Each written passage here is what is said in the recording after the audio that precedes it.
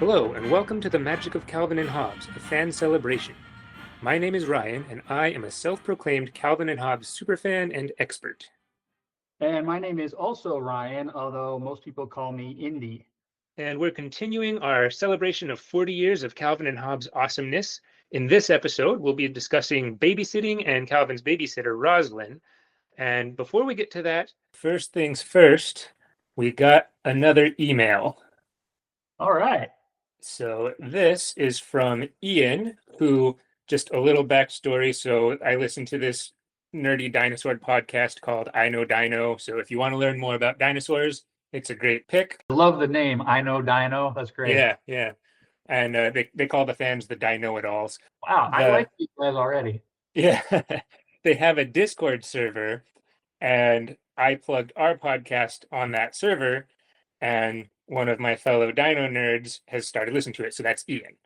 So he was responding to our episode 10 on Spaceman Spiff, and he says, I think Spaceman Spiff is a mechanism Calvin uses, as you said, when he doesn't have Hobbes to rely on to escape his reality. To me, it seems Tracer Bullet has some agency, and Stupendous Man is usually trying to turn things around for Calvin, but Spaceman Spiff generally has things happen to him and represents Calvin's perceived lack of agency. I think that's an interesting point. Yeah, that's a pretty sophisticated insight. I think there's a lot to that. Yeah. And then he continues, he says, I wonder whether the coloration of his suit has to do with contrasting against the usually reddish earth tones of the worlds he gets marooned on. So, I thought that I had said that in my head before seeing it in color, Spaceman Spiff's suit was red. I think that would be a good reason not to make it red so that it doesn't, so you can see it against the background of the planets he's usually on. That's true. That does make a lot of sense. It also Yeah. helps distinguish him from Stupendous Man. So there could be sort of visual and kind of psychological reasons for that thing too. Yeah. And he also says his favorite Spaceman Spiff story is the Lazy Sunday book one, where he attacks Susie as the booger being, and then there's mom as the Nagon, and dad as the Nagon King, and all that. He says he feels like the chaos is perfectly Calvin, and the escalation from squirt gun to water balloon to water bucket is great. And I think that's a fantastic pick. I love that Spaceman Spiff story. It is true, and just I love the name Nagon too, which I have to think Yep. is not just a nonsense word. It's like, oh man, No, I no, got no. nagged by my parents. They're Nagons. So Well, yeah, and it's the Nagun mothership specifically. So yeah. yeah, Yeah. So thank you, Ian. Great picks, great insights. Appreciate you listening to the podcast and for reaching out to us. yeah. Thanks a lot, Ian. And again, yeah, that's a good insight there. We'll have to think about that. Yeah, thank you. And as usual, we have our disclaimers that we're not affiliated with Bill Watterson or his syndicate, so we won't be posting any of the comics that we mention, but we can give you the dates that they were originally published so that if you have a subscription, you can find them on Go Comics. And we'll also be giving you the books and page numbers. So if you have the books, you can look them up if you would like to see the comics that we mention.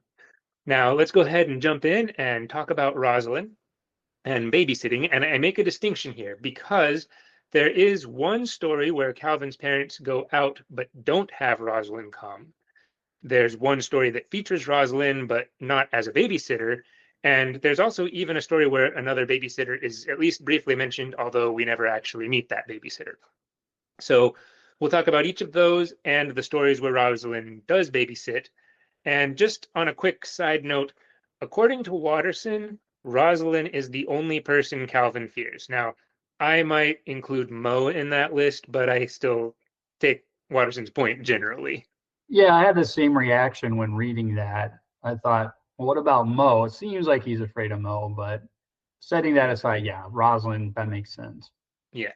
So I think this episode will be pretty straightforward. We're mostly just going to go through each of the stories that include Rosalind or babysitting or lack thereof, as we'll see in a minute, and just what we like about them. And so, probably not a lot of side tangents, although who knows, we'll see. But the first time that Calvin and Hobbes are left home without their parents, without Calvin's parents, is kind of a controversial one in a way. So this one took place in March of 1986, just 4 months or so into the strip's run, and it's only 3 strips long. It starts with mom talking to dad saying she just cannot find a babysitter anywhere. And so they ask themselves what they should do. And dad suggests that since they won't be gone long, maybe it's okay to leave Calvin unsupervised, quote, for a couple of hours. they then laugh hysterically, and then as they're wiping tears away, Dad says, "Seriously, what should we do?" Or maybe Mom says it, but one of them says that. And ultimately, they actually do leave Calvin home by himself. Now, I know this was the 80s and it was a different world in a lot of ways. I used to ride in the back of my friend's dad's truck, just, sitting there with no seatbelt. And my siblings and I would roll around in the way back of the family car sometimes. And nobody really batted an eye at any of that. So, we did some things then that we wouldn't do now. But I mean, Calvin is 6, so I can see not liking the idea of leaving a 6-year-old home. I would not leave my 6-year-old home alone. That would be incredibly dangerous. On the other hand, it's a comic strip and not reality, so maybe we shouldn't take it too seriously, but that does seem pretty dangerous.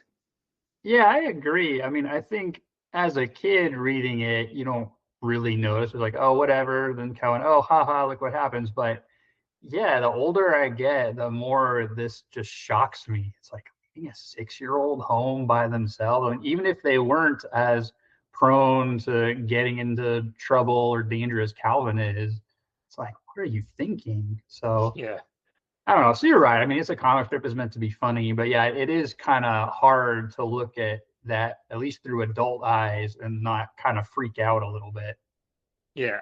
And I mean, Calvin ends up being fine. And, I've talked before about hearing people criticize Calvin's parents and saying, hey, lay off a little bit. On this one, I'm kind of like, yeah, that's pushing a line, maybe crossing the line by several paces. But once again, it is a comic strip, so I'm not gonna, light my torch and get my pitchfork or anything. All right. For the next hour and a half, we will be discussing how horrible it was that Yeah, Calvin. Okay. right now. It's a very So long episode and repetitive. yeah, so Calvin and Hobbes are left at home alone, and they manage to rent a scary movie by the name of Attack of the Coed Cannibals, which, just add that to our list of great movie names that Calvin wants to see. There's definitely a theme involved with those. It tends to usually be scary, usually involve college students in some ways, maybe with one exception I can think of, but it's almost, I don't know, as a running gag, obviously, but it's funny to me that that's always what Calvin and Hobbes try to gravitate to. Yeah, especially with how this arc ends because the parents come home to a booby-trapped Calvin's bedroom. So when Mom pushes the door open, a bucket of water falls on her head and she yells, "Did you watch a scary movie?" And Calvin is hiding under the blankets and he says, "No, don't come in. The rug is rigged too." So I don't know why he wants to watch those movies. Clearly they terrify him and with good reason. But yeah, it's a fun running gag. That happens even not with movies too. Like we'll see Calvin and Hobbes telling scary stories out in a tent sometimes. And so Mhm. he seems to like the idea of this, but it never goes well. It always tends to end in disaster for them. Yeah. So actually, this reminds me of a recent story from my life that I'll go ahead and tell and incriminate myself here a little bit. Uh-oh. But so a couple weeks ago, my daughter was saying, "Dad, scare me." And so I was going, "Boo." And she was like, "No, that doesn't scare me." And so I was ramping it up. And then for some dumb reason, I got this idea in my head. So, this is along the lines of she thinks she wants to be scared. And so I Okay. got this dumb idea in my head. I don't know if you remember, but back in like the early 2000s, there was this video, it was a prank video where a car is driving along this winding highway and then this monster pops up and shrieks at you. No, I don't So, remember that. okay, I'll have to send you the link to it, but you can, the idea was you show your friends and it looks like a car commercial or something. And so you say, "Hey, I want you to take a look at this, look kind of closely and see if you see anything weird." So then they lean in close to the Oh, screen okay. It was a jump and then scare. it's a jump scare. Yeah. So I thought, oh, this will be funny. And I showed it to my daughter, and oh man, it was not funny. Like, so I had forgotten that the monster is kind of a gross, like pretty scary looking monster. I thought it was just a jump scare, which still maybe wouldn't have been a great idea by itself. But man, that really freaked her out, and we were spending a good while calming her down. So that was Uh-huh. not my greatest dad moment. Okay, I mean, it's understandable. She did ask you to scare her, so Yeah, I mean, I'm not beating myself up about it, but I'm like, okay, lesson learned. Let's not do that again. Yeah, you Uh, wouldn't be the first person who had made that sort of mistake. yeah. So Yeah, so I guess the moral of the story here is we're all human. As the Geico commercials say, we all do dumb things. So that was one of mine. fair enough. Yeah. So All right. neither children nor parents know when they want to be scared, is what we're hearing. Right. Yeah. So now we'll go ahead and move to the first story where Rosalyn does come to babysit. And we've talked about this before when we talked about Sunday strips because there was a interesting thing here. So the first story arc that Rosalyn shows up in is another very short arc in May of 1986, just a couple months after the one where Calvin and Hobbes are home alone. Rosalind shows up. Mom thanks her for coming and says she had a terrible time finding a sitter. And then mom says, haha, maybe little Calvin here has gotten himself a reputation. And Rosalind says, ha ha, you have the half up front. Mom says, oh, yes, let me get my purse. So we already see how this is going to go. And in the second strip, so there's only a few strips here. Rosalind is on the phone talking to her boyfriend, presumably Charlie. We aren't actually given his name in this strip, but she's talking to her boyfriend, or at least someone that she's calling by pet names. I think she calls him baby doll, Baby doll, that's right, yes. which is kind of funny in a way. She's supposed to be a high school senior talking to her boyfriend, and baby doll is what she comes up with. But all right. Well, to repeat the refrain from a recent Bluey episode, it was the 80s. Who knows what people were doing back then? You know, I wasn't a high school senior in the 80s. Maybe they called each other baby doll. That's true. I wasn't either. Yeah, Yeah, I don't even know who I could ask. My sister wasn't in high school at that point either. yeah. Listeners, if any of you were in high school in the 80s, let us know if you ever called your significant other baby doll. But anyway, so she tells presumably Charlie that you just have to show these kids who's boss, and then we switch views to Calvin and Hobbes in the garage, and Calvin is saying, "How much longer until we can come out?" And Hobbes says, "Well, she said it at 8 o'clock, and it's almost 6:30 now." So, Rosalind's getting pretty mean there, in my opinion. But I guess Yeah, she's showing them who's boss. thinking about it, Calvin hasn't really done anything at this point. I mean, yeah, we get that he has a reputation, so he's expected to misbehave, but it doesn't seem like he's actually done anything there. So I guess, is sort of jumping ahead a little bit. But here's a question: did Rosalind fire the first shot? Okay, yeah, it is maybe jumping ahead a little bit.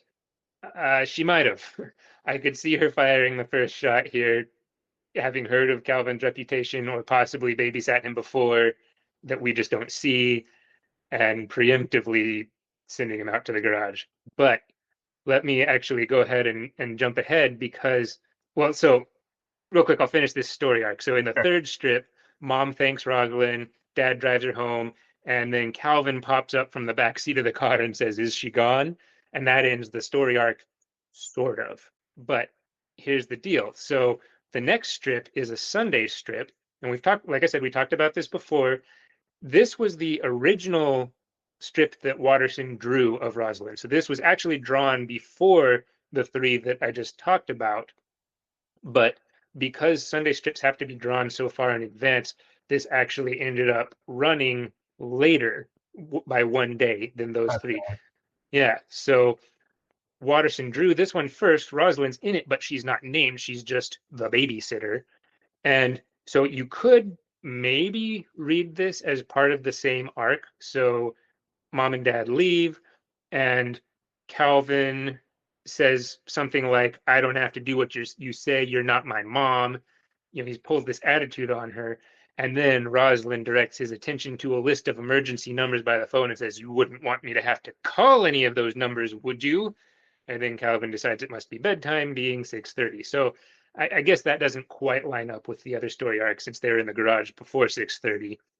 But it's possible that this was sort of Calvin firing the first shot, either like in a previous babysitting experience or something, and then Rosalind is retaliating preemptively on the next babysitting visit or something. But I've talked for a while on that. What do you think, Indy?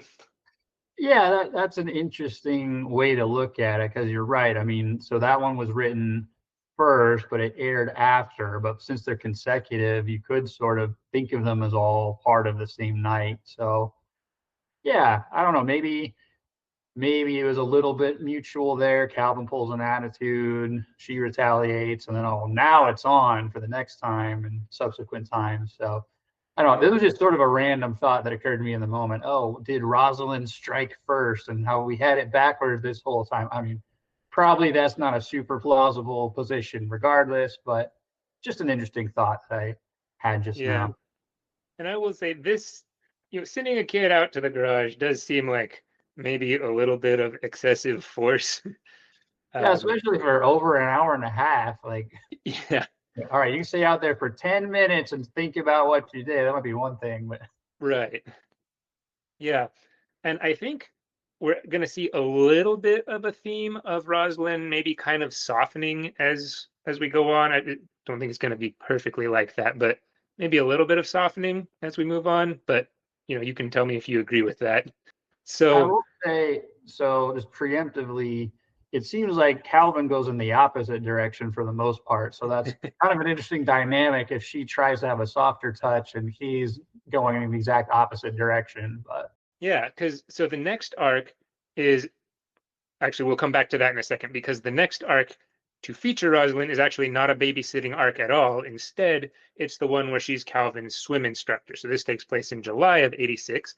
These arcs with Rosalind are going to get a little bit longer now. So this one's 6 days, and the first thing we see is Calvin protesting that he has to go to swim lessons at all, and also that Hobbs doesn't. And when he asks why, Mom says, well, it's not good to get tigers wet. And Calvin challenges that, and Hobbs says it's because they take all day to dry, and until they do, they smell funny, which, I like the joke, but incidentally, tigers are actually pretty good swimmers. So just throwing that out there. yes, but do they smell funny when they're wet? Well, I have never smelled a wet tiger, so I can't really say. So it could be that part could be correct. I'm also thinking of a camping arc where they say that tigers don't swim very well, and so Calvin puts a life vest on him and stuff, and Hobbs is like, I don't think your mom knows that much about tigers, and Calvin's like, look, we're just trying to avoid an argument. That's So right. He's got not only a life vest, but a swim cap too. And I think and goggles. So, goggles, yeah. I mean, they're taking the necessary steps, it seems like. Right. Yeah. So I guess really the response that tigers are good swimmers is a better response to that than I can't argue necessarily that they don't smell funny because for all I know, they do. And I guess since Hobbs is a tiger and he's the one that said it, we probably have to take his word for it. Yeah, I should just take him at his word. That's true. So Set I that take down that. as a scientific fact about tigers. Yeah, I take No that funny when criticism back with respect to that strip, but not with respect to the camping one. Tigers are good swimmers. yes. Yeah. So in the second strip of this arc, we still don't realize that Roslyn is the instructor yet because Calvin is complaining about having to be here this early and it's cold. And the only thing that could be worse is if the class was taught by my sadistic babysitter. And then we see Roslyn saying, well, look who's here. So that's when we find out that Roslyn is in fact his swim instructor. In the third strip, Calvin refuses to get into the water. And so Roslyn, again, maybe kind of escalating beyond what's necessary, threatens him with something called a rat tail. And Indy, would you like to describe for us what a rat tail is? So according to Rosalind, this is when you take a towel, get it wet, and then twist it, and apparently it really stings and is much worse than being cold from the water. Yeah, so then Calvin gets in the water and still not thrilled to be there, but Rosalind manages to persuade him with this. And in the fourth one, she says, all right, we're going to work on the dead man's float. And so Calvin freaks out, and Rosalind makes some quip about not being paid enough for this. And he doesn't just freak out because she says dead man's float. Do you remember what he's thinking to himself right before this? Oh, he's thinking about how Rosalind hates little kids and like wants to see them suffer and stuff. Well, I think it's something more specific too. We see him thinking, saying, I bet she's involved in some kind of life insurance scam and she's just Oh, waiting yeah. until we drown. And so then, oh, now we're going to do the dead man's float. Ah, help, help, mom. Yeah, that's right. Then in the next one, he tells Rosalind he doesn't need to learn how to swim and says he'll just stay on dry land. And Rosalind says, well, what if you fall out of a boat? And Calvin says, easy. And he's wearing this big life jacket that's like as big as he is. So it's a funny image. And then On the drive home, he tells mom that he doesn't want to do swimming. He'd rather do something fun like hang gliding or sharpshooting or something useful like learning to drive. And mom says, "How about piano lessons? You start Tuesday." And he goes, Yeah, "No." yeah, we've talked about this before, but I love mom's gleeful expression as she says this, juxtaposed with Calvin freaking out like that. And then this isn't something I thought about before, but I wonder if Watterson ever thought about doing strips about these ill-fated piano lessons. So Yeah. he never did, nothing ever came of it, but I wonder if he ever sketched any out or thought about the idea or what those might have been like if he had. Yeah, I mean, I know he's talked about how he had, notebooks of ideas that didn't ever make it to the page, and that there were even times where he was well into working on a story and then decided it wasn't working and scrapped it. So, something like this could have been that for sure. Yeah, that would make sense. Boy, on that Um, note, how interesting would it be to see those notebooks? I know. I wonder if he still has them. I bet those Hmm. would be worth a lot of money at an auction. They probably would. I guess it's possible he's donated it to a museum or something too, because I know he's done that with some of his work. But Yeah, I mean, when we talked to Jenny in episode 12, we learned that he stored almost all of his originals at the Billy Ireland Cartoon Museum.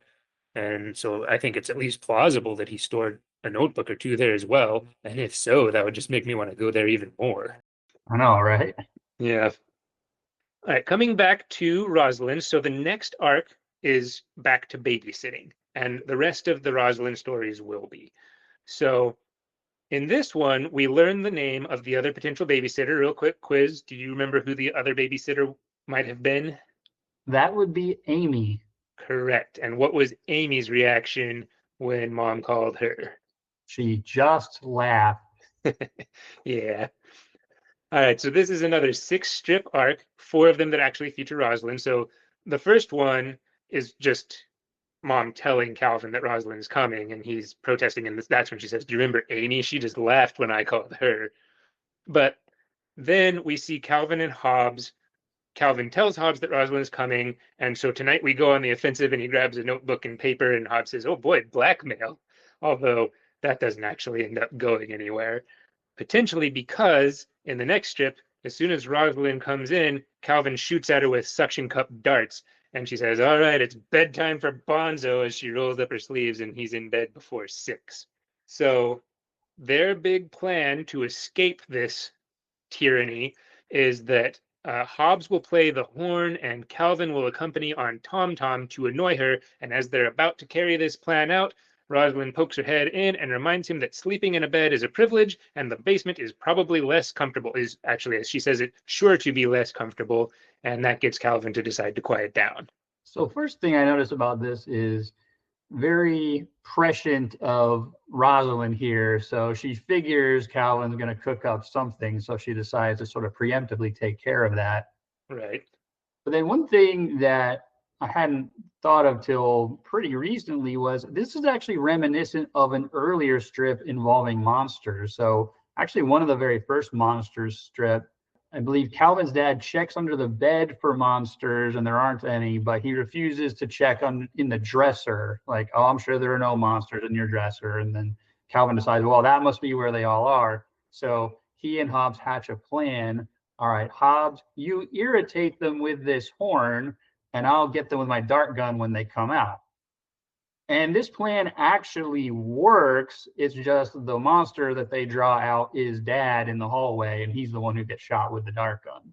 Yes. So the plan kind of works, but I think it's interesting that this is kind of a variation on the same plan. All right, we have our enemy, we irritate them with the horn as part of getting them out or retaliating for what they're doing or what have you. Yeah. And again, that one where dad is the monster, that's the very first Sunday strip. So we're starting off the whole comic with this type of plan. Yeah, so it's classic Calvin and Hobbes then. Yep, exactly. So in the next strip, mom calls and Rosalind picks up and mom tells Rosalind that they'll be late. Rosalind says, "That's fine." And then Calvin starts yelling and Rosalind says, "Oh no, it's just the TV. See you at 11," or something like that. And then the parents come home and they ask they ask Rosalyn how things are, and she says it was fine. And then Calvin starts yelling, and Rosalyn says, "Well, his voice gave out around 11, but it seems to be back." And that's how that arc ends. So the next arc is also a 6-day one, and in this one, when Mom says she and Dad are going out, Calvin assumes that he'll be home by himself again, reminiscent of that first time, and then he's unhappy when it turns out that it's Rosalyn coming. No, it's kind of So amazing that he assumed that, given how poorly that first time went. Like, why would you think that they would ever do this again? yeah, no good for anybody. So Rosalind shows up and she says, "Don't worry, this time I brought my cattle prod," which incidentally is not the first time that a cattle prod joke is made in Calvin and Hobbes. What's the other one? So I was going to ask you this too. So I can think of, I believe, two other instances where we have a cattle prod. So one is in the doctor's office. Right. So Calvin keeps asking what things are. It's like, oh, what's that? Will it hurt? It's a stethoscope. It won't hurt at all. What's that? Will it hurt? It's a test It's a tongue reflexes. It won't depressor. hurt at all. Yeah. What's that? Will it hurt? It's a cattle prod. It hurts a little less than a branding iron. And then Yeah. Calvin passes out, and the doctor quips that kids have no sense of humor. Yeah. So there's that. I can think of at least one other reference to a cattle prod in the strip, though. Do you remember what that was? Okay, one other instance of a cattle prod. Oh, I'm gonna have to rack my brains here. I mean, I can think of one where Calvin is running along in his imagination with a bunch of cows, feeling like he's going through, just boring motions at school, but I don't think there's a cattle prod in that one. Oh, I got it. It's when Calvin and Hobbes are playing cops and robbers or something, and Calvin fires some shots and misses and runs out of bullets, and then he goes zap, and Hobbes says zap, and Calvin says my cattle prod. Exactly. Now, it's not cops and robbers, it's cowboys, which, I mean, that would Yeah, explain why he might have a cattle prod, I guess. But yeah, yeah. that's the other one I was thinking of. So those are I believe, the three references to cattle prods in the strip. Maybe there's more, but those are the ones that come to mind. Yeah, nothing else is springing to mind at the moment, but there could be others. Yeah. I thought that was kind of clever, though, because I was like, oh, you fired 6 shots. Your gun is empty. Zap. Wait, what? Yeah. Yeah. So when Rosalind says that she brought her cattle prod, Hobbes says, "Your parents laughed. Maybe she was joking." And then Calvin says, "Maybe mom and dad think scorching little kids is funny." So, I was like uh, that ending. yeah. And then before Rosalind gets upstairs, Calvin and Hobbes tie sheets together and start going out the window. And here, Rosalind is trying to apply a little bit of a softer touch. She says, "If you'll come on out, we can make some popcorn, Calvin." And so then she goes in and sees that he's gone out the window and is running away. So then she has to go after him. And if I'm not mistaken, I don't have the story in front of me, but I believe yes, this is the one where after she chases him and catches him, she's like, "All right, inside, march." And he goes, we'll see how my German pronunciation is here, but something like, "Jawohl, mein Führer." And she does not find that funny. No, um, I will which, say, so two things that always strike me up with this one. It's interesting that Calvin would even know to say that. Like, did he see something in a movie about that? Or I don't know. So that's one thing. But then I also have to say, yeah, Rosalind tries to apply a soft touch and then it isn't working. But to be fair, if I thought my babysitter was going to scorch me with a cattle prod, I probably would have run away from her too. So I can kind of see where Calvin's coming from on this one. yeah, I think that's fair. So just on the theme of asking about other times where references like this are made, can you think of another time where references to Nazi type things happen in Calvin and Hobbes? Oh, uh, is there is there something with Calvin talking back to his mom? Like, Hmm. oh, there's one where she says, "Oh, and you can stop goose stepping around the house." That's the one I'm thinking of, yeah. Okay. Like after she tells him to go do something, then she has to yell that to him because he's mocking her. So then in the last strip of this arc, mom and dad come home, and then the police show up and say, "Police, sir, that we received a call about two hostages being held here," and they yell, "Calvin!" And that's the end of that arc. Now, to be fair, I mean, Calvin's not entirely wrong. He was trying to run away, and Rosalyn dragged him back against his will. So it's sort of true that he and Hobbs are hostages being held against their will. Yeah, I mean, I guess there's an argument to be made. I mean, it's Listeners, what do you think? Was Calvin cool. right? Any lawyers out there who want to weigh in on it? No, but Yeah, yeah. All right, the next one is the first one that goes more than 6 days. So, and I just kind of think of 6 days as significant because if you go more than that, there will be a Sunday strip inserted in there somewhere. And as we've talked about, Sunday strips didn't usually integrate into story arcs. So once you start going more than 6 days, you end up having a break in the story somewhere when you're reading it in newspapers. So that's the first time readers would have dealt with this with a Rosalyn story specifically. But anyway, Calvin looks out the window because someone knocks on the door and he gets this horrified look. And then he runs to Hobbs and says they need to prop furniture against the door. It's Rosalyn. And then Hobbs gets this horrified look on his face. And then Calvin in the next strip runs to Dad and says, Dad, where are the guns? Get out the Magnum. And Dad says he doesn't have any guns and asks what the problem is. And Calvin says, Rosalyn's here and she won't go away. Why on earth don't you have any guns? Which I just love the reaction. Like yeah, like, that's, what's wrong with you? Don't we need guns? Where are our? did you not hear me say it's Rosalyn? Yeah.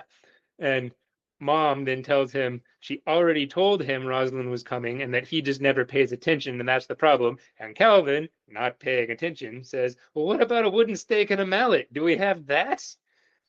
And that makes me wonder if they use a wooden stake and mallet in Vampire Sorority Babes. So Probably. yeah, I mean that's another of our titles of the movies that Calvin and Hobbes at least try to see, in the theme we talked about before. Yeah. And then the other question I think is, so this is one for you. Can you think of other times in the strip where Calvin asks about guns that they need for some purpose?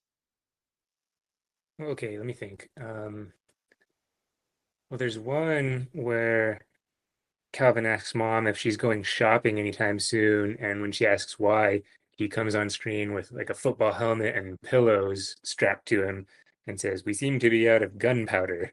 And obviously, that doesn't go over well.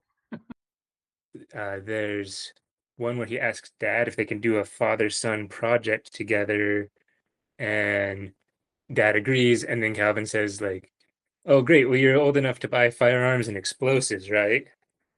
But what were there any other ones you were thinking of?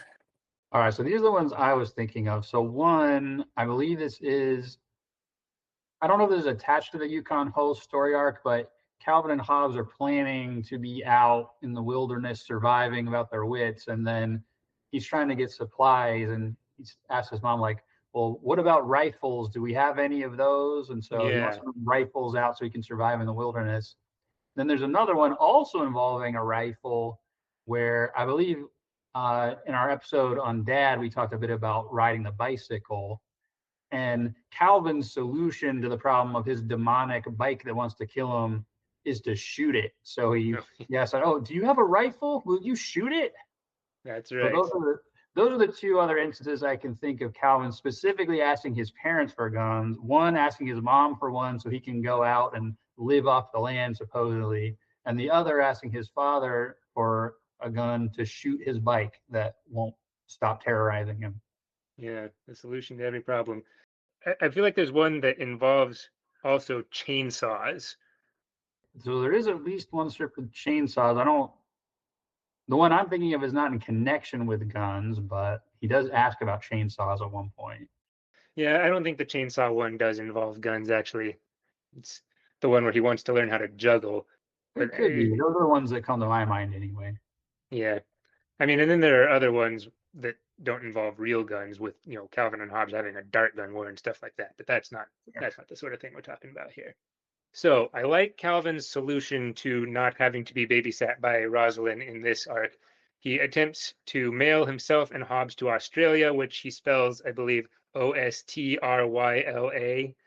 And Uh, in two words also, yes, Australia. yeah, it doesn't all fit on one line or something because he hyphenates it. Yeah, Yeah, And and then he and Hobbs get in a box with that written on it and asks his mom to just set him out by the mailbox. So, yeah, and she's like, "What are you talking about, Calvin? Where's Rosalyn?" And he's like, "As far as I know, she's still outside. You didn't let her in?"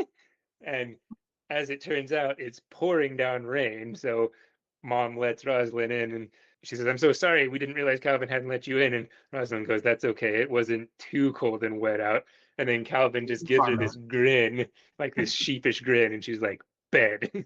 But he actually doesn't go to bed just yet because we see Rosalyn now actually trying to be a good babysitter and get some dinner in Calvin. So Calvin tells Rosalind that he's on strict doctor's orders to only eat Big Macs, which doesn't go well. So what's Rosalind's solution to that one? Is to actually call the doctor and find out. Yeah, well, or at least to make Calvin think she's called the doctor because we Right. hear on the other end of the phone at the tone the time will be 6:11 or whatever the time was. And then she says, "Bad news, Calvin. The doctor says you have to take a tablespoon of castor oil and lie down all evening." No, I don't. Really? What's castor oil? This is also the arc that you've brought up before, where Calvin says, you know, that's not how mom makes dinner. Mom does it a lot better. That's not how mom sets the table. Mom is much better than you. And then Rosalind says, "I'm not your mom, okay?" And Calvin says, "No kidding. My mom loves me more than life itself and would do anything for me, not like you nasty old barracuda." Yeah. And so, yeah, I think you're right. I think I was mentioning that Calvin's apparent dislike of a lot of his mom's cooking might be more of an act than reality. Right. Because here it's like, oh, I can blame mom does it better. Mom does it great. Now Yeah. that said, he also says during this, like, oh, and she lets me do whatever I want, unlike you. Yeah. And that part's definitely not true. I Yeah. can believe she loves him more than life itself. I mean, that's she's his mother. She loves okay, that part I buy, but I think he's stretching the truth a little bit with some of the other parts. Well, yeah, he's definitely exaggerating a bit there, but yeah, there's at least some redeemingness to that. Yes. So in the next strip, Rosalind is on the phone with Charlie, and then Calvin gets on and says, "Charlie, this is Calvin on the other line. Rosalind would make a terrible mother. Don't ever marry her. She hates children." And then Rosalind comes and gets him. So they're sent to bed. And Hobbs, so this time, instead of using a horn and a tom tom, the plan is to have Hobbs start moaning so that when Rosalind comes in to check on him, they can throw a blanket over her and then make their getaway. And so Hobbs starts moaning, and I like that. Calvin calls down and says, "Rosalind, come quick! There's something wrong with Hobbs." And she's like, "What should I do? Call a vet?" And he says, "No, no, just come in and close your eyes."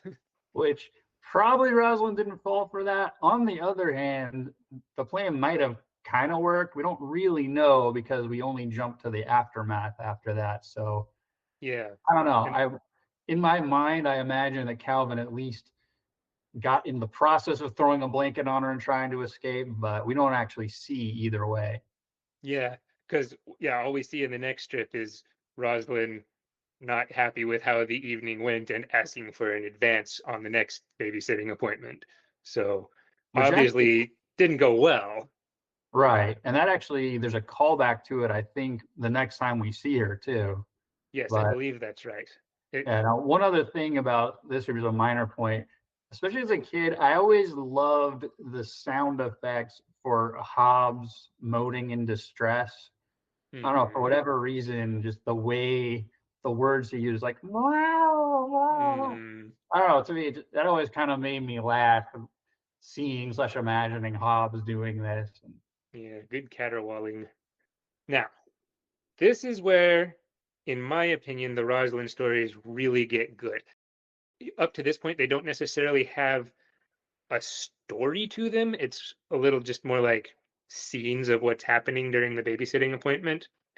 Here, we get a story, in my opinion. So, this one even gave a book its title, that is The Revenge of the Babysat, Good and title. it goes for 2 full weeks. What'd you say?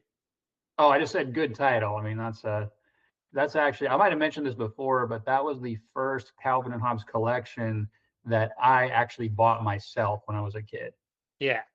Yeah, and it is a great title and it's a great cover, and we'll talk about what's on the cover in a second. But so this one goes 2 full weeks, not counting Sunday strips, so 12 days. And it starts with Calvin deducing that Rosalind is coming because he notices that mom's taking a shower and that he hasn't had been asked to get cleaned up. So obviously he's not going anywhere with them and just goes through this logic chain and says, and that means I'm staying home, and that means you've probably hired a babysitter, and that means you've probably gotten Rosalind. Ah! And pretty Mom good says, reasoning. brilliant, Holmes. Yeah. So Calvin runs to Hobbs and says, Mom has hired Rosalind to come babysit us. And again, Hobbs has this horrified expression and he says, You know what that means? And Hobbs says, It usually means we're in bed by 6:30. And Calvin says, Yeah, right. No horsing around, no goofing off. And then Hobbs adds, And then she doesn't even kiss us goodnight. And Calvin says, Ew, gross. You want her to? And this is kind of a random thought. Well, too. So first, yeah, I can believe Hobbs would want her to, but the other random thought, do you think that Susie ever kissed Hobbs? Hmm. And we know she squeezes him. She definitely squeezes him, and we know Hobbs would be willing to be kissed by Susie. Yeah, what a babe. Um, but I mean, we never actually see her kiss him. Actually, the closest we might come to that is seeing Calvin kiss her on the hand when she Oh, I finds forgot Hobbs. about that. Yeah, which really flies in the face of grossness, but it was early on, I guess. So, he was still figuring things out. That was But also a pretty extreme situation. I mean, yeah, that's true. Hobbs was lost and she found him. I mean, if there were ever a time to value gratitude over your gross principles, that would be it. Right. Yeah. But we never see Susie kiss Hobbs. I I'm gonna say I don't think Susie would kiss Hobbs. I think she sees him as more of a huggy animal, but not a kissable animal. Yeah, that kind of makes sense. It's just something I wonder about though, because so we do know when Hobbs was being held prisoner in the whole Binky Betsy hostage Hmm. situation, we know that he said, I almost gave her our code when she rubbed my tummy, Right. to Calvin's horror, as we've talked about. So we know he wasn't exactly holding up under pressure there. I don't know. Yeah. Susan thinks he's very huggable. I could imagine her giving Hobbs a little kiss, but it's just kind of a Yeah. random question that occurred to me since he talks about Rosalind not kissing them goodnight. Right. Yeah. Now, this is where it really gets good, in my opinion. Rosalind says that, well, first, mom tells Rosalind, Calvin's upstairs hiding from you, so you might have an easy evening. And she says, That would be great. I have a big test to study for. And Calvin says, Did you hear that? Did you hear that? Tonight, the revenge of the babysat, hence the title. And he has possibly the most evil looking or at least devious expression that we ever see on him in the whole strip. Yeah, and that is also on the cover of the book. Although you just mentioned the Binky Betsy story, and I will say, when they discover that Susie has left her doll just out on the sidewalk, Calvin says, That gives me a fabulous idea. And he has a very similar expression on his face in that one. So that's a That's pretty true. good contender. That's right. That might rival it. Yeah. Yeah, but I do remember seeing that for the first time in Revenge of the Babysat. It's just like, good Lord. It's like almost a scary expression that he had. Yeah. There are a couple of other pretty good ones that he has there too. We talked about the one at Christmas when he says, This year I've been extra good. This one's not a devious expression, but it's a really good stink eye. And there's also the one where he's out at the bus stop and he has a really bad he's in a bad mood and Susie comes up and starts talking to him and says, Boy, what's with you? And he says, Go step in front of some mint mixer, okay? And then she gets mad and Calvin has this evil like Grinch type grin on his face and he says, Nothing helps a bad mood like spreading it around. So that one's also a pretty good one, although a little bit of a different flavor. Yeah, I would agree with that. And that, I Yeah. believe, is sort of the lead up to the bug collection arc, isn't it? Yeah. Yep, it Okay. is. Which I Yep. think is also in Revenge of the Babysat as far as where it appears. I believe that's right. It's either in that or Scientific Progress Goes Boink. I get them mixed up because those are both part of the indispensable Calvin and Hobbes. But yeah, I Okay. think you're right. Yeah, but yeah, Calvin has a whole lot of great expressions, but yeah, that just always struck me, just like this evil slash devious. Oh, now we're gonna finally get our revenge on Rosalind for everything, and they Yeah. do a pretty good job, as we'll talk about shortly here.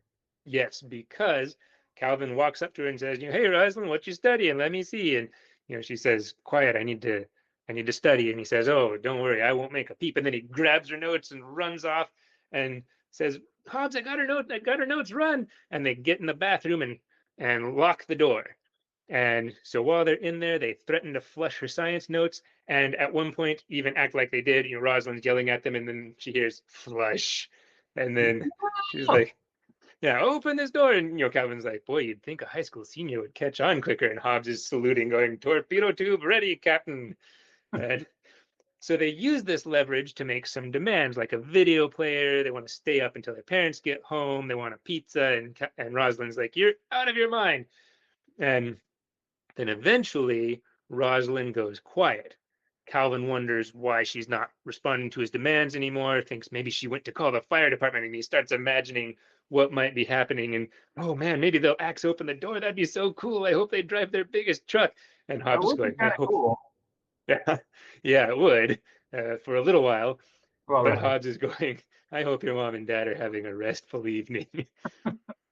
which is funny too, because you get this dichotomy with Hobbes, like he's on board with the things Calvin wants to get up to, but then he's reflective enough that he feels bad for Calvin's parents, sort of prospectively here. So that's something interesting about his character. I always find, like, so half the time he's sort of mirroring Calvin's ideas or attitude, but then the other time he's like, you know, I kind of feel bad for some of the effects this is going to have. Yeah. Yeah. So then Calvin pokes his head out of the bathroom and is like, hey, Rosalind, are you calling the fire department? And that's when she jumps out and grabs him. So she marches him to bed, but Hobbs does observe that they did get to stay up until 7 this time. And then Rosalind says, when the parents come home, I'm sorry, but tonight is really going to cost you. And I love just the little artistic flair of the fly coming out of Dad's wallet as he's paying Rosalind. And I think then he asked, like, are you sure there's no one else in this town who could babysit Calvin? Yeah. And Mom says, maybe you would like to spend a week on the phone. And I guess if the reactions are all like Amy's, you can kind of get her point, just sort of laughing and hanging up, Yep. presumably. Yeah. So the next arc, we're going to start to get callbacks to the previous arcs, like you were saying, an advance, but we gave her an advance on tonight when she left last time. I don't So we're care. going to start getting Just more. tell me what it takes to get us out of here. Yeah. So we're going to start getting more callbacks to previous babysitter arcs, which is not something that happens a lot in Calvin and Hobbes. It happens from time to time, but a lot of times a given story arc will just be kind of independent. But every once in a while we get a callback to a previous one. So the next one is again one that goes for 2 weeks, and we start with Mom looking for her shoes, and we see that Calvin and Hobbes are hiding them, which, as an interesting aside, when we talked about Hobbes' reality in episode 2, we mentioned the idea of Calvin being on Hobbes's shoulders and how does that work. So here's an example of that. Calvin is up on Hobbes's shoulders to hide Mom's shoes on the top shelf of a closet. So, and Watterson went out of his way not to resolve how that works. What do you mean? He was on Hobbs' shoulders. Yeah, exactly. Yeah. So Rosalind shows up. Calvin comes to the door and tells her that her services won't be needed. And Mom says, what are you talking about? Or Dad comes up and says, what are you talking about, Calvin? And Calvin says, well, Mom can't go anywhere if she can't find her shoes, right? And Dad says, and what do you know about that? And Calvin goes, nothing. Why? Are her shoes missing? And Rosalind wants to be, again, paid in advance. Is that where? Yeah, this is where it's like, but we gave her an advance on last time, or maybe this isn't that one. I No, forget. this isn't. I think that might have been the previous one. I get them a Okay. little bit jumbled up. But here's where we get a reminiscence, because in the next strip, Calvin and Hobbes say, do you think she remembers last time when we stole her science notes? And then Rosalind comes in and sends them to bed. And it's not even 6:30. And Hobbs is like, yep, she remembers. And so then Calvin comes downstairs and says he heard a thump outside and he wants Rosalind to go check and make sure it's not anything scary. So Rosalind goes out and Calvin has this great expression on his face. He's like, come on, 2 more steps. And she goes outside. Calvin slams the door and locks it. And so then Rosalind starts rattling the door trying to get in, and Calvin's going around locking all the windows and all the other doors. And we get several funny strips of this, including, again, Calvin talking to Charlie on the phone for a couple strips because he calls and Rosalind's like, I hope it's your parents. I hope they ask to talk to me. Boy, you'll be in trouble then. And he's like, it's your boyfriend, Charlie. Should I tell him you're indisposed? And she's like, no, let me talk to him, which I don't know how he would do because listeners, if you're under the age of, say, 25, this was at a time when cell phones weren't a thing. So this was a phone with a cord attaching it to its base. Yeah, there might have even been just one phone for an entire household. I know it was crazy times we lived in. Yeah, it was the dark ages. I think some of our listeners may have just passed out from shock hearing that kind of thing, Right. like Yeah. horror. But yeah, that's how it was.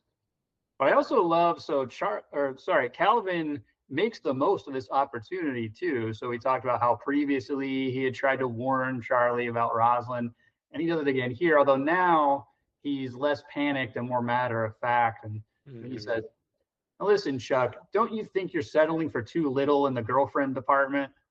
And I love the nicknames he calls Charlie by. Do you remember the other one he gives him?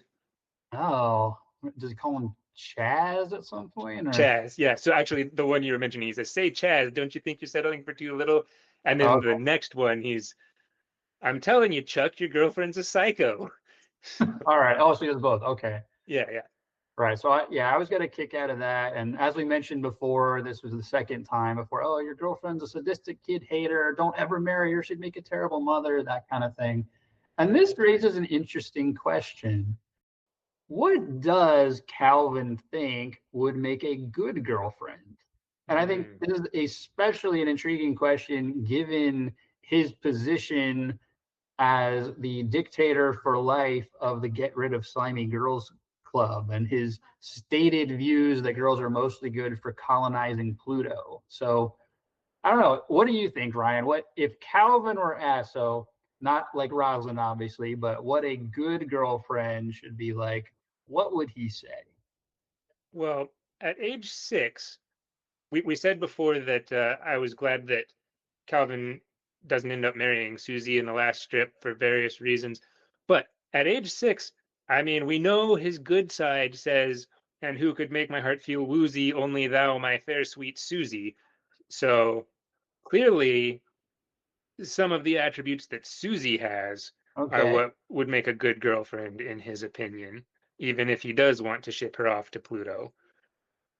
So, maybe even despite his protests to the contrary, a girl who's smart and does well in school, and a girl who can get him as good as he can get her, stuff like that. Girl who can beat him in a water fight. I don't know. I'm just making stuff up here, but Okay. that's yeah. What do you think?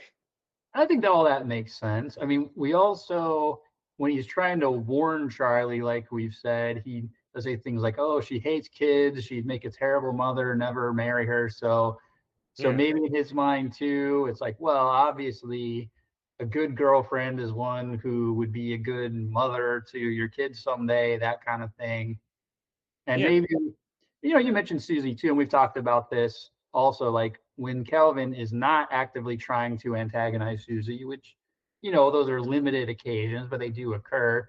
He seems to enjoy playing with her and actually likes her. So yeah, yeah, maybe someone that you can play with and get along with, and that you can maybe tease even and they tease you back and don't send you to the principal's office instead, that kind of thing. So yeah, I don't know, but I don't know, it's a funny question because, and we've talked about this before, there's the part of Calvin that thinks girls don't really have any point and they should colonize Pluto, being a girl's like being a bug, that kind of thing.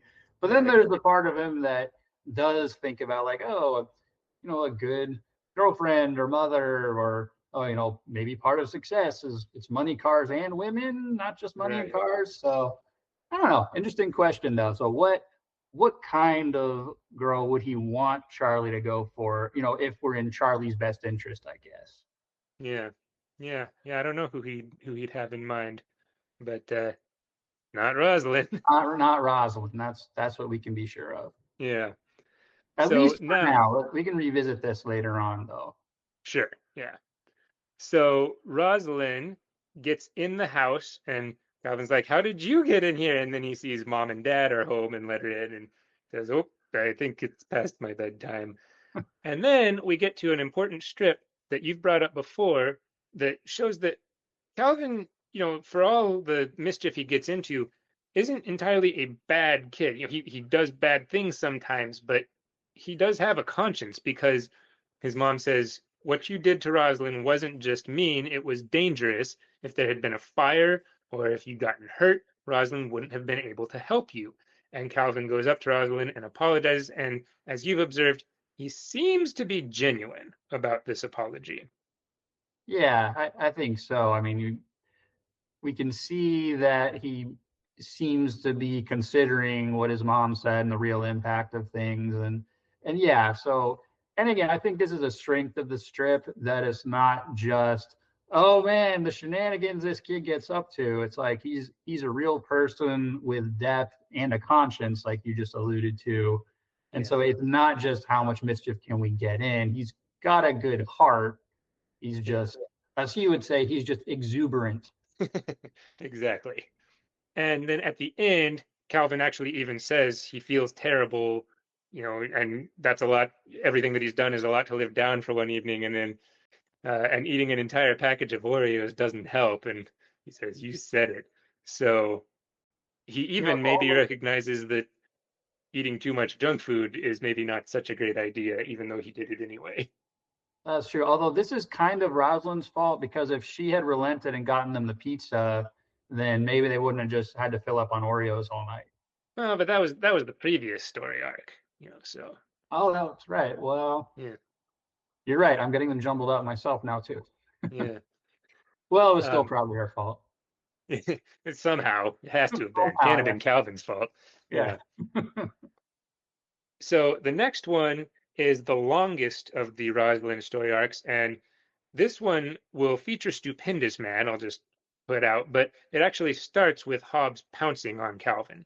So we don't realize that it's going to set up a Rosalind story arc at first. It's just, "I'm home, pow," and he gets sent miles into the dirt and gets all this junk all over him. And so then in the next strip, Calvin is walking in and mom says, "Goodness, you're filthy. How did you get that filthy coming home from school?" And he says, "I got this filthy just trying to come in the front door. Old Catapult Butt was lying in wait," which is just a great nickname. It And really is. I also like how his parents kind of take these descriptions in stride from him without really paying attention or questioning it, which in Calvin's mind must be sort of frustrating, or I don't know, because it's always like, no, look, I didn't do anything. Hobbs is always doing this to me. And I'm like, okay, whatever, go take a bath. And we get some payoff for this later, which I'm not going to say exactly how, because I think it's something we'll talk about for sure in the future strip. But Calvin attempts to prove that this is happening to his parents at one point, which I'm yes, sure in a future episode we'll talk about that. yeah.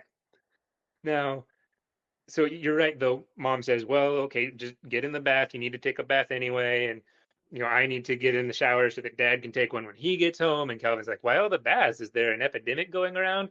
And mom says, "Well, dad and I are going out. Rosalind is coming." And Calvin starts screaming. And in the entire next strip, Calvin is screaming across all four panels while mom talks to him about how, you remember what happened last time. So again, we get a call back to the previous arc, and so you need to be on your best behavior. And he's just screaming this whole time. And then she says, "Goodness, Calvin, take a breath before you pass out on the floor." And that part always makes me laugh a lot, because I feel like I can really hear Calvin screaming the whole way. And he just has this hilarious expression with his mouth huge. And I think the scream actually breaks the divisions between the panels too. Yes, it So does. you have the individual panels, but the scream is going all the way through them. So which probably Yeah, like the letter contributes. U spans the distance between two panels and stuff. Yeah. Yeah, so that one, just that alone always makes me crack up just seeing this. Yeah. So now Calvin is in the tub talking to Hobbs about how Rosalyn's going to be here, and if we don't behave, mom and dad are going to kill us and whatever. And Hobbs says, well, I suppose we could try being good this time. And Calvin says, I must have gotten water in my ear. What did you say? Nothing, forget it. So actually, I think this is the one where Rosalind says, Probably right. so the parents promise her Calvin will be on his best behavior this time, and she says, even so, I'd like an advance. An advance? But we gave her an advance on tonight when she left last time. I don't care. Just pay her whatever it takes to get us out of here. So then Calvin, or sorry, Calvin's dad, on their way out, looks at Calvin and says, and Calvin, and draws his finger across his neck. And so Calvin says, I think I'll just sit on the floor and look at the wall tonight. That But doesn't last though. right. That doesn't last long because Calvin says things may be grim for us, but nothing is grim for a stupendous man. And he gets his hood and cape on, and Hobbs says, I think I'm going to get in bed now and avoid the rush. And then I love the next part. Stupendous man attacks Rosalyn, except he doesn't call her Rosalyn. What's her name? Babysitter girl.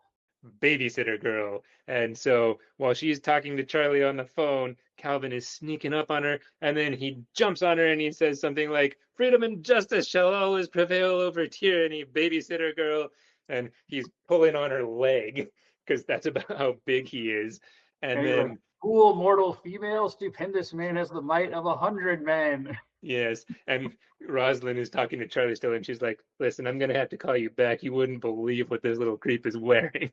And so then she gets up and she says, you've got 10 seconds to get in bed or until and she doesn't quite finish the sentence. And Calvin says something like, great moons of Neptune, she must have superpowers too. I must resist. And then he runs off and he says, in a vermilion flash, stupendous man is in the air.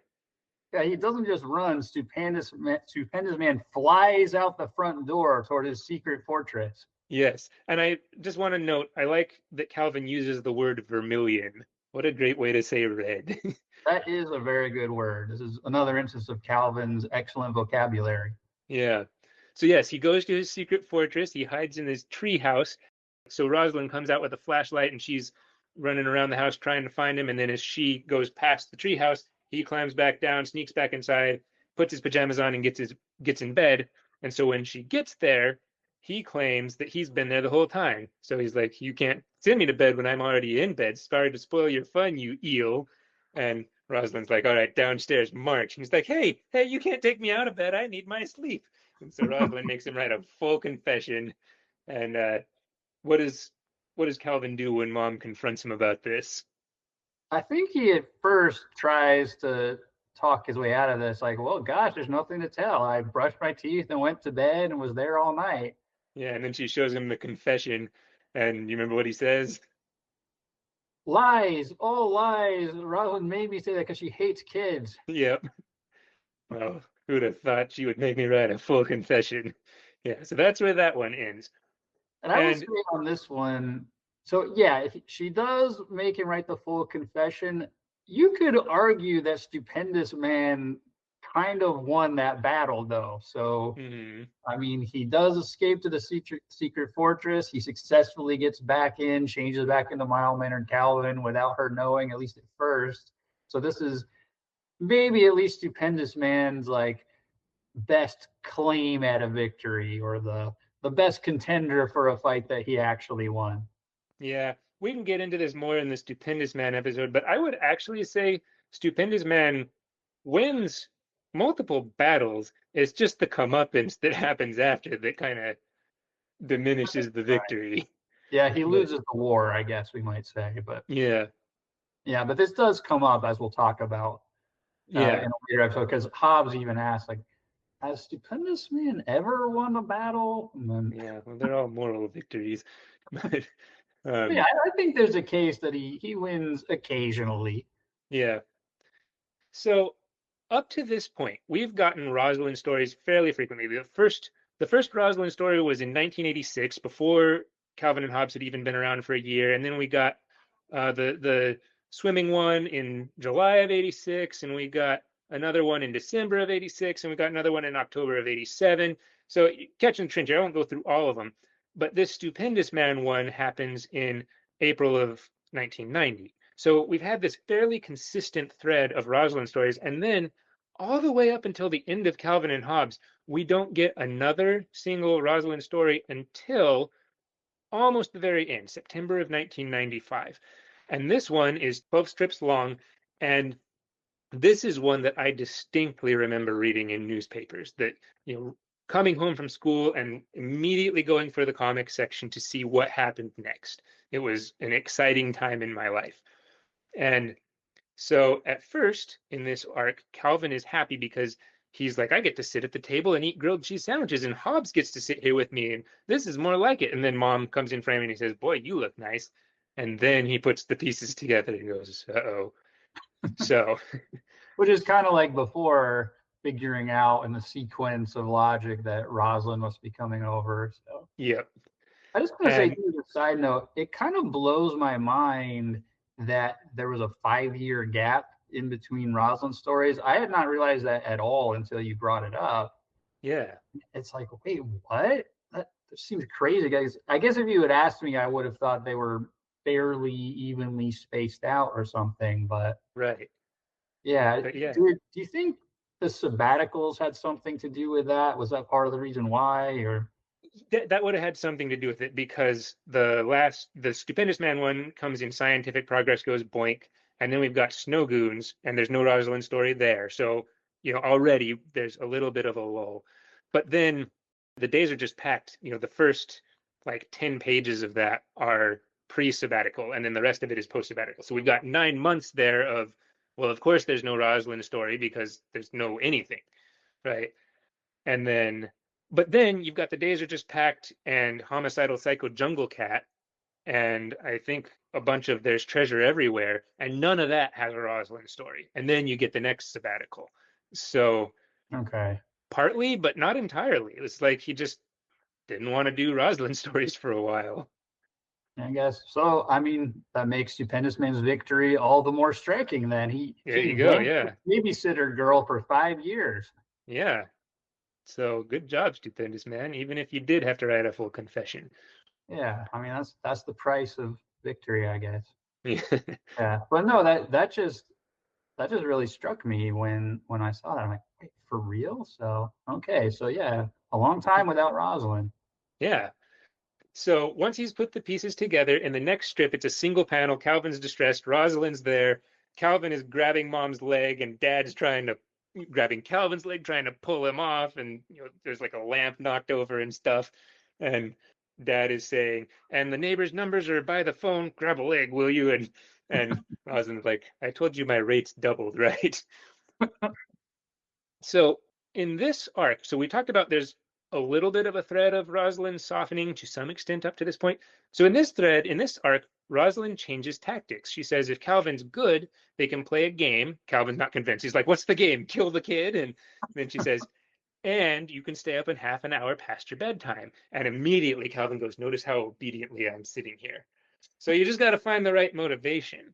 So then Calvin says, so what's this game I get to play if I'm good? And she says, I don't know, whatever you want to play. What's your favorite game? And he says, Calvin Ball. Calvin Ball. What on earth is Calvin Ball? And so Calvin goes to Hobbes and he's like, he runs off and he yells, Hobbes, get out the time fracture wickets. We're going to play Calvin Ball. And so then he's like, okay, I need you to check over my math homework and so I can get onto this other assignment. And Hobbes is like, you already finished this? And uh, Yeah, meanwhile, Hop was amazed at this turn of events. yeah, he's like, what is going on? Meanwhile, Dad, we switch over to Mom and Dad on their date, and Dad says, well, what was that? I think I heard another siren. And your Mom's like, dear, we came here to relax. Try not to think about all the trouble Calvin's getting in, when in fact he's not getting in any trouble. So they make Rosalind a mask. No one's allowed to question the masks. We'll maybe talk about that some more when we get to the Calvin Ball episode. And they start playing the game. They start with a song. Again, we'll come back to that later. But Rosalind quickly figures out that Calvin is making this up as he goes along. Calvin is like, "Well, I have the Calvin ball, so everyone has to move in slow motion." And so she's like, "Calvin, this game makes no sense." She says it's like you're making it up as you're going along. So I believe Calvin's response is to turn to Hobbes, and it's like, oh no, she's breached the perimeter of wisdom. Yeah. And Rosalind's like, "Oh." So she's like, if I'm in the perimeter of wisdom, then I get to make a decree. You have to catch a water balloon that I throw high into the air. And Calvin's like, oh no, she caught on to the nuances of this game fast. But do you remember what space Calvin finds himself in? I believe it's the corollary zone. Is that right? Yes, the corollary zone. And he says, if I catch it, whoever threw the balloon has to bend over and hold still. And he catches it. And he's like, this is going to be so, so sweet. And Rosalyn says, I'm taking Hobbs prisoner. And so she's holding Hobbs behind her back. And Calvin's like, all right, fine, I'll just soak you both then. I think we should just pause for a second. It's like, all right, well, sorry, old buddy, but I Yeah, can't pass up this opportunity to just smack Rosalyn with a water balloon. So yeah, sacrifices have to be made. we turn on each other immediately. We have no loyalty. Yeah. But then I don't know why Rosalind is able to not keep holding still, but she touches Calvin with the babysitter flag, which means he must obey the babysitter. So when the parents come home, Rosalind gives a good report. Says he did his homework, we played a game, and he went to bed. And Dad says, it's awfully late for jokes, Rosalind. Meanwhile, in bed, Calvin observes that when he and Hobbs play games with girls, Hobbs gets captured a lot. And that is the True. last time we see Rosalind. Yeah, and I always wondered with this strip, I guess two things, but the main thing I always wondered is how did the parents react afterwards? So obviously we see dad not believe her. Oh yeah, she's sarcastically joking that he did his homework and went to bed. But Calvin actually was good for once. So I always wondered personally, like I won't say that I won't say that it disappointed me or something, but I always felt like I wanted to see like how his parents actually talked to him after this or what the aftermath was. Yeah, I will say when this was in newspapers, I was surprised that that was the end of the story. I thought, the next Monday we were going to see something. I don't know Mm. what I expected to see, but I thought there was going to be a, wow, Calvin, you were good. Here, or, here's the secret way in which you actually weren't good or something. Yeah. So, yeah, I don't know. I do wonder what that might have been, but I can also see why that would have been hard to write and just ending it on it's awfully late for jokes, Rosalind is a funnier ending. Yeah, it could be that Watterson even considered that, but thought there wouldn't be a lot of comedic payoff to it or something. So Yeah, this could be another case where ended up in the scrap heap or whatever. yeah, But yeah, it sounds like we both kind of had that same reaction though. yeah. So that's all the Rosalind stories. So just wrapping it up, one thought that occurs to me that I don't know if it means anything, but Calvin frequently compares Rosalind to a predatory fish. One time he calls her a barracuda in a senior suit. One time he directly calls her a barracuda to her face. And a third time he, as I mentioned, calls her an eel. So, I don't know what that means, but it's interesting. Yeah, I hadn't really taken notice of that before either, but it is interesting. I guess it could be a callback to her as a swimming instructor, so it's Yeah. all aquatic things, but I don't know, it could just be a coincidence. Yeah. I mean, they're funny names to call your babysitter. So, That's there is true. just that. And we talked about the softening thing, so I just want to make the point. It's interesting that the make him go to bed by 6:30 tactic always caused a stressful evening, while the find his motivation tactic led to a good evening. I think, as funny as Calvin and Hobbes is, there's a little lesson we can take away from that. That seems right. And it's also funny too that not too long before this, at least in terms of sequentially, is when Hobbes suggested, well, maybe we could try being good, and Calvin, of course, will, have none of it. But Yeah, when Rosalind, as you pointed out, poses this and like the potential good outcome that could result, we actually do get this happening. yeah, So yeah, I think you're right. That's an intriguing point that when Rosalyn goes for peace explicitly, Calvin actually does play along. Yeah. Yeah. So, try extending that olive branch, find what makes them tick, all that sort of stuff. Listeners, what are your thoughts on these Rosalind stories? What's your favorite? What do you think Rosalind could have done? Whatever you want to share with us. If you have any insights, you can email us at magiccandh@proton.me. So that's MAGICCANDH@proton.me. There'll be a link in the show notes. We would love to hear from you, and thank you for giving us your time. And as always, that time comes without any obligation. There are no ads and there's no cost for this podcast. So this is just a forum for people to enjoy this amazing strip. And we hope you'll come along with us. Yes, please do. Let's go exploring. You've been listening to The Magic of Calvin and Hobbes, a fan celebration. We'll be releasing 40 episodes all throughout the year, from November 18th, 2025 to November 18th, 2026, to celebrate the 40th anniversary. Our intro and outro music is Tchaikovsky's 1812 Overture, referenced in the Calvin and Hobbes strip published on October 8, 1986. This rendition was performed by the Skidmore College Orchestra and made available under a Creative Commons license on museopen.com. We hope you'll join us next episode for more fun.